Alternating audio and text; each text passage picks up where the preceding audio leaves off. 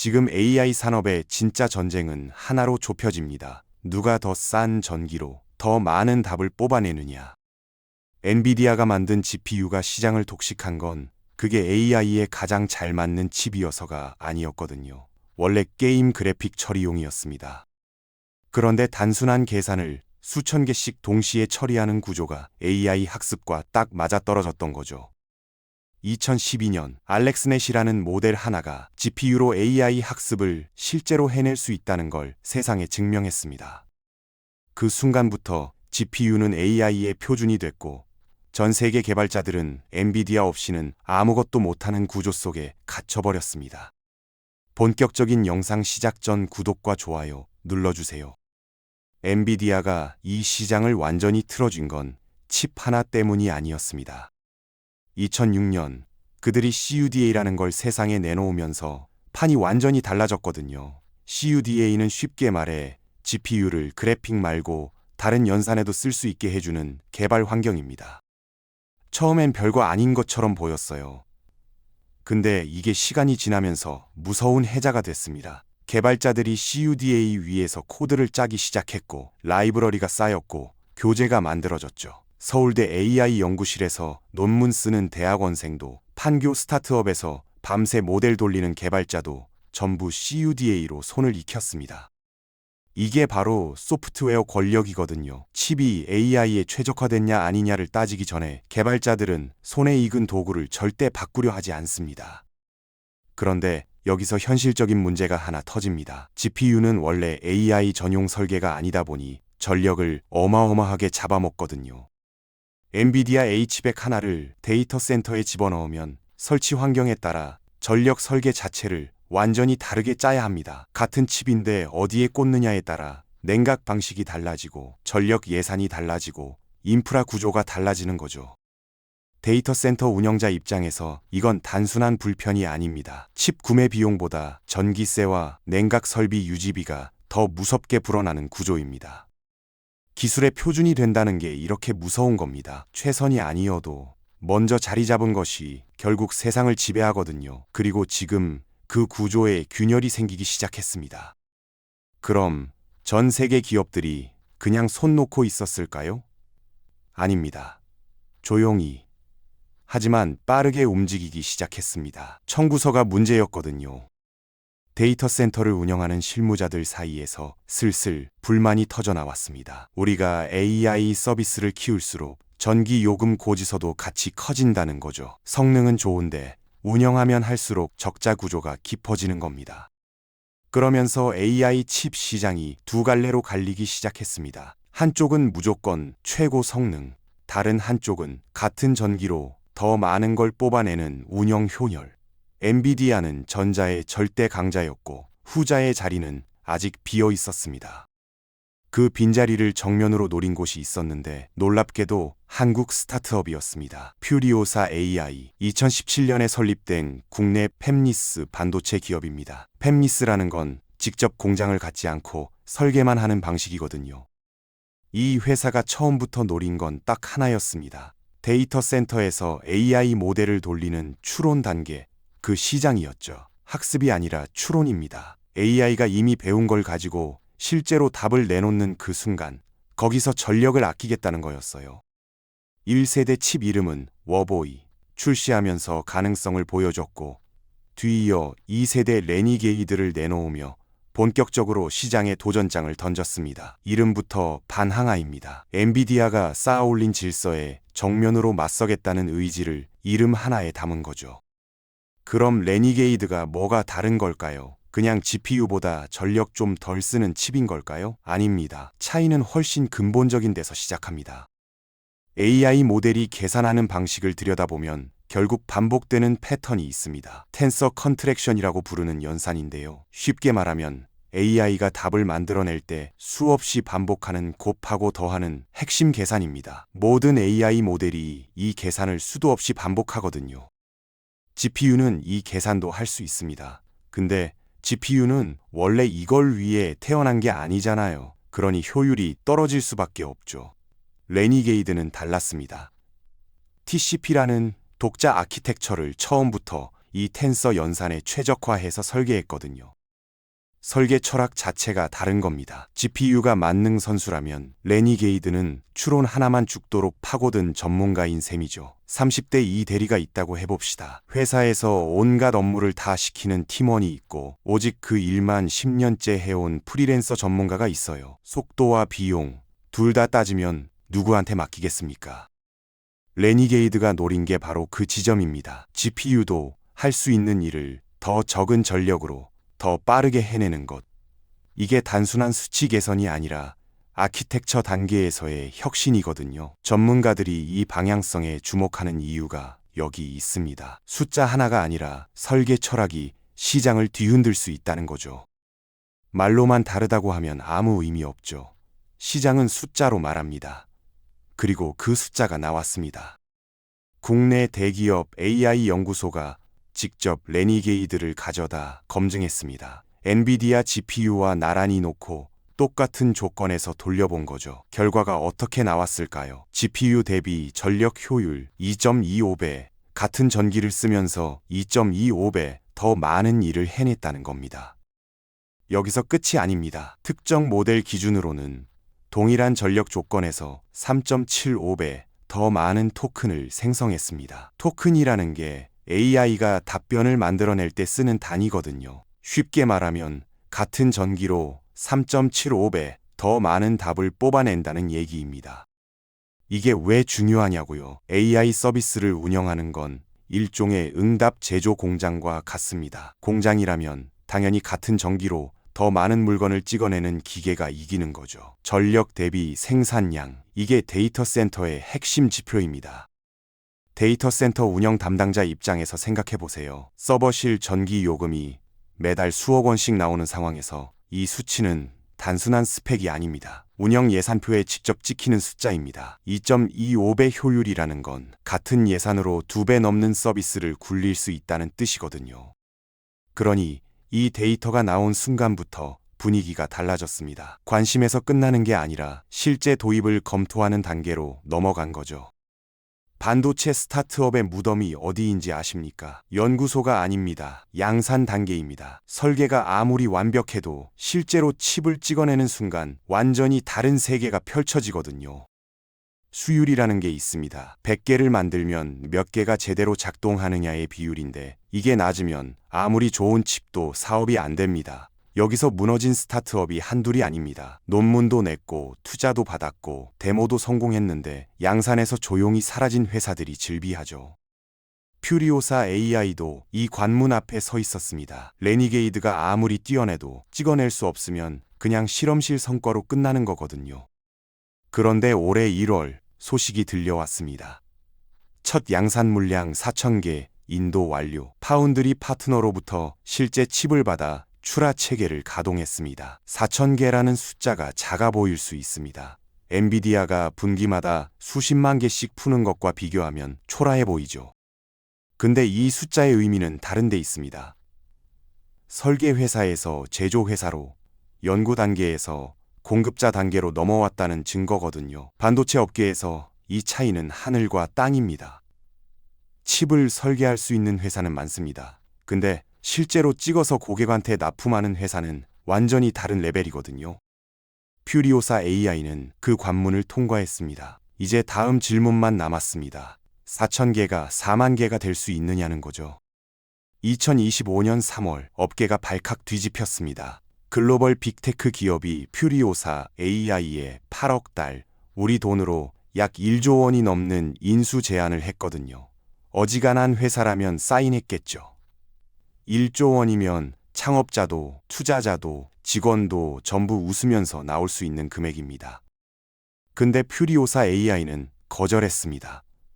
팔지 않겠다고 했습니다. 독립기업으로 계속 가겠다는 선택이었죠. 멋있어 보입니다. 근데 이 결정은 동시에 엄청난 숙제를 떠안은 겁니다. 1조 원짜리 제안을 거절했으면 그 이상의 가치를 스스로 증명해야 하거든요. 시장은 냉정합니다. 거절한 순간부터 그래서 얼마나 잘할 건데 라는 시선이 따라붙습니다.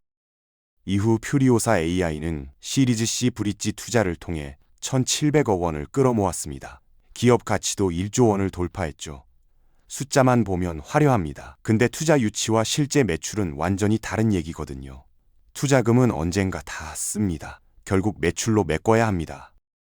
반도체는 R&D 비용이 천문학적으로 들어가는 산업입니다.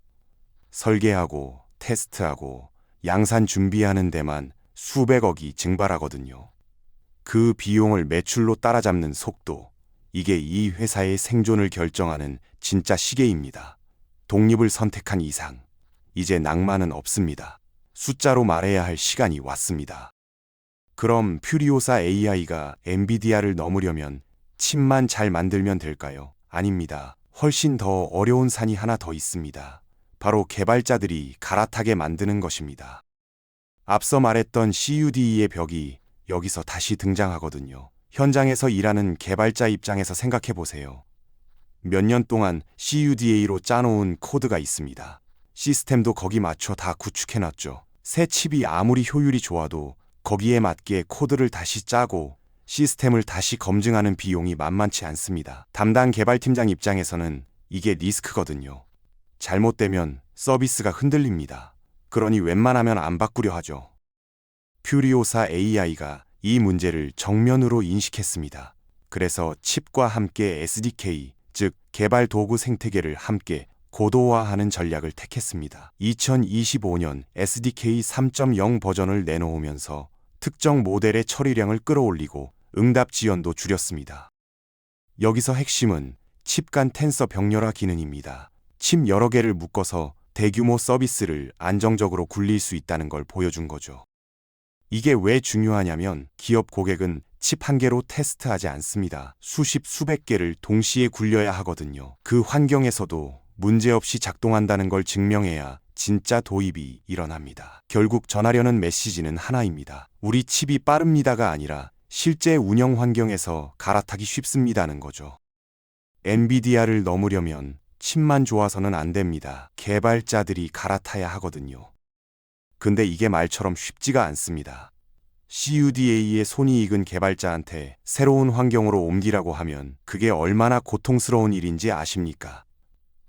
코드를 다시 짜야 하고 테스트를 다시 해야 하고 팀 전체가 새로운 도구에 익숙해지는 시간이 필요합니다. 그 시간이 곧 돈이거든요. 퓨리오사 AI가 이 문제를 정면으로 들여다봤습니다. 칩 성능만큼 전환 비용을 낮추는 게 핵심이라는 걸 알았거든요. 그래서 전용 SDK를 고도화하는 데 집중했습니다. SDK 2025.33.0 버전을 내놓으면서 특정 모델의 처리량을 끌어올리고 응답 지연을 줄였습니다. 거기에 칩 간 텐서 병렬화 기능을 전면에 내세웠습니다. 이게 무슨 말이냐면 칩 여러 개를 묶어서 대규모 서비스에도 쓸 수 있다는 증명이거든요. 스타트업 칩이라면 작은 서비스에나 쓰겠지라는 선입견을 깨는 겁니다. 대형 서비스도 감당할 수 있다는 메시지를 기술로 보여주는 거죠. 결국 이 전략이 하려는 말은 하나입니다. 빠른 것도 맞고 효율적인 것도 맞는데 실제 운영 환경에서 쓰기도 편하다는 거죠. 결국 반도체 사업의 승패는 기술력이 아닙니다. 시장이 채택하느냐 안 하느냐 그것뿐입니다. 아무리 뛰어난 칩을 만들어도 아무도 안 쓰면 그냥 박물관 전시품이거든요. 기술의 무덤에는 천재들의 작품이 즐비합니다. 그래서 지금 퓨리오사 AI가 공략하는 시장을 정확히 봐야 합니다. 바로 추론 시장입니다. AI 개발에는 크게 두 단계가 있습니다. 학습과 추론. 학습은 AI가 데이터를 보고 배우는 단계고, 추론은 배운 걸 가지고 실제로 답을 내놓는 단계입니다. 엔비디아가 학습 시장을 장악했다면 추론 시장은 아직 판이 열려 있습니다. 그리고 추론이야말로 서비스 운영비의 핵심이거든요. 챗GPT 같은 서비스가 매일 수억 건의 질문에 답을 내놓는다고 생각해 보세요. 그 모든 순간이 전부 추론입니다. 24시간 365일 전기를 먹으면서 돌아가는 거죠. 기업 입장에서 추론 칩을 고를 때 따지는 건 딱 하나입니다. 같은 전기 예산으로 얼마나 많은 답을 뽑아내느냐. 감성이 끼어들 자리가 없습니다. 레니게이드의 2.25배 전력 효율이라는 수치가 바로 이 논리에 꽂히는 겁니다. 데이터 센터 운영표에 직접 반영되는 숫자거든요. 양산을 마친 지금 퓨리오사 AI 앞에 놓인 질문이 바뀌었습니다. 이 칩이 가능한가는 이미 증명됐습니다. 이제 질문은 이겁니다. 얼마나 팔리고 납품은 안정적으로 이어지느냐? 시장은 가능성이 아니라 실적으로 판단하거든요. 말로 하는 협력과 계약서에 도장 찍는 협력은 완전히 다릅니다. 퓨리오사 AI가 도장을 찍기 시작했습니다.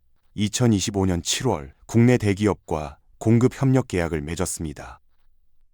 테스트 차원이 아닙니다. 실제 도입을 전제로 한 계약이거든요. 그리고 2026년 2월 대형 IT 서비스 기업과 AI 인프라 협력 MOU를 체결했습니다. 공공 AX 시장, 즉 공공기관의 AI 전환 시장을 함께 공략했다는 겁니다. 여기서 눈여겨봐야 할 게 있습니다. 퓨리오사 AI가 칩 단품만 팔겠다고 나서지 않는다는 점입니다. 칩 하나 팔고 끝내는 게 아니라 인프라 패키지 형태로 시장에 들어가려는 전략이거든요. 왜 그럴까요? 데이터 센터는 부품 하나만 좋다고 되는 게 아닙니다. 전체 시스템이 안정적으로 돌아가야 하거든요.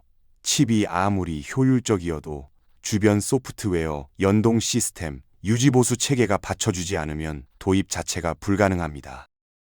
대기업 IT 인프라 담당자 박 차장 입장을 생각해 보세요. 새 칩 하나 들여왔다가 전체 시스템이 불안정해지면 그게 누구 책임입니까? 본인 책임이거든요. 그러니 검증된 파트너와 묶음으로 들어오는 패키지가 훨씬 받아들이기 쉽습니다. 채택의 문턱을 낮추는 전략이죠. 이제 관건은 이 협력이 일회성으로 끝나느냐, 반복 주문과 고객 확대로 이어지느냐입니다. 계약서 한 장이 아니라 다음 계약서가 나와야 진짜 시작이거든요. 현실을 직시할 시간입니다. 2024년 기준 퓨리오사 AI의 매출은 30억 원입니다. 그리고 같은 해 영업 손실은 773억 원이었습니다. 숫자만 보면 섬뜩하죠. 번 돈보다 잃은 돈이 25배가 넘습니다. 이게 망하는 회사 얘기처럼 들릴 수 있습니다. 근데 반도체 산업을 아는 사람들은 이 숫자를 다르게 읽습니다. 양산 직전까지 R&D에 모든 걸 쏟아붓는 회사의 전형적인 패턴이거든요. 팹리스 반도체 기업은 칩 하나를 시장에 내놓기까지 수백억이 증발합니다. 설계비, 테스트비, 파운드리 비용, 인력 비용, 매출이 나오기 전에 다 써야 하는 돈들이거든요. 문제는 이 구조가 언제까지 버틸 수 있느냐입니다. 투자금은 무한하지 않습니다. 1,700억 원을 조달했다고 해도 773억 원씩 손실이 나면 시간이 많지 않거든요. 지금 퓨리오사 AI에게 남은 질문은 단 하나입니다. 양산 이후 매출이 얼마나 빠르게 치고 올라오느냐입니다. 계약이 납품으로 이어지고 납품이 반복 주문으로 이어지고 그게 쌓여서 손실 곡선을 꺾는 속도. 이게 이 회사의 생사를 가르는 시계리입니다. 멋진 스토리는 이미 충분합니다. 빅테크 인수 거절, 독자 생존 선언, 양산 성공, 서사는 완성됐거든요. 이제 시장이 원하는 건 서사가 아닙니다. 실제 계약 물량, 납품 일정, 분기 매출 숫자입니다. 엔비디아가 쌓아올린 성벽은 높습니다. 근데 벽을 허무는 칼날은 결국 운영 효율이라는 냉정한 경제 논리거든요. 퓨리오사 AI는 그 칼을 손에 쥐었습니다. 이제 휘두를 일만 남았습니다. AI 산업은 지금 조용한 전환점을 지나고 있습니다. 최고 성능을 향한 경쟁이 어느 순간부터 운영비 싸움으로 바뀌고 있거든요. 데이터 센터를 굴리는 기업들은 이미 알고 있습니다. 더 비싼 칩이 아니라 더 효율적인 칩이 다음 표준이 된다는 걸요. 4,000개의 양산 인도, 대기업과의 공급 계약, 인프라 협력 MOU, 퓨리오사 AI가 쌓아온 증거들이 이제 실적으로 말해야 할 시간입니다. 기술력 증명은 끝났습니다. 남은 건 시장의 선택뿐입니다. 효율 중심의 새로운 표준이 자리 잡을 수 있을지 지금부터가 진짜 시작입니다. 오늘 영상은 여기까지입니다. 여러분들의 생각을 댓글로 적어주세요. 시청해주셔서 감사합니다.